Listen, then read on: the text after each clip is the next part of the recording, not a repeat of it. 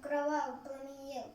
Двух парней в растерзанных рубахах выводили утром на расстрел.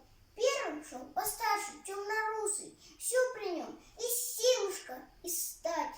А за ним второй, пацан безусый, слишком юный, чтобы умирать. Но сзади, еле поспевая, семенила старенькая мать, о пощаде немца умоляя. «На, — твердил он важно, — расстреляет». «Нет, — она попросила, — пожалейте, отмените казнь моих детей, а взамен меня убейте, но в живых оставьте сыновей». И ответил офицер чинно: «Ладно, матка, одного спасай, а другого расстреляем сына. Кто тебе милее? Выбирай». Как смертельной этой круговерти беречь кого-нибудь сумей? Если первенца спасет от смерти, то последуешь обречен на смерть. Зарыдала мать, запричитала, вглядываясь в лица сыновей, будто бы и вправду выбирала, кто роднее, кто дороже ей. Взгляд туда-сюда переводила. О, не пожелаешь врагу мух таких?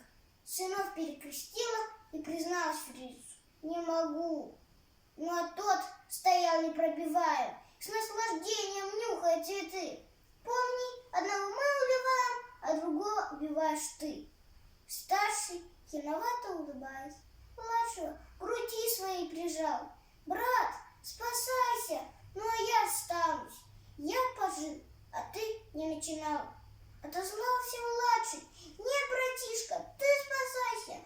Что выбирать? У тебя жена и ребятишки. Я не жил, не стоит начинать». Тут учтиво немец молвил: «Бите!»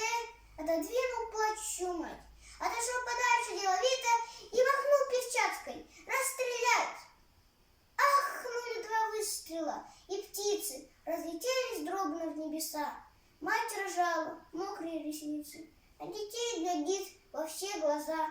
А они, обнявшись, как и прежде, спят свинцовым беспробудным сном.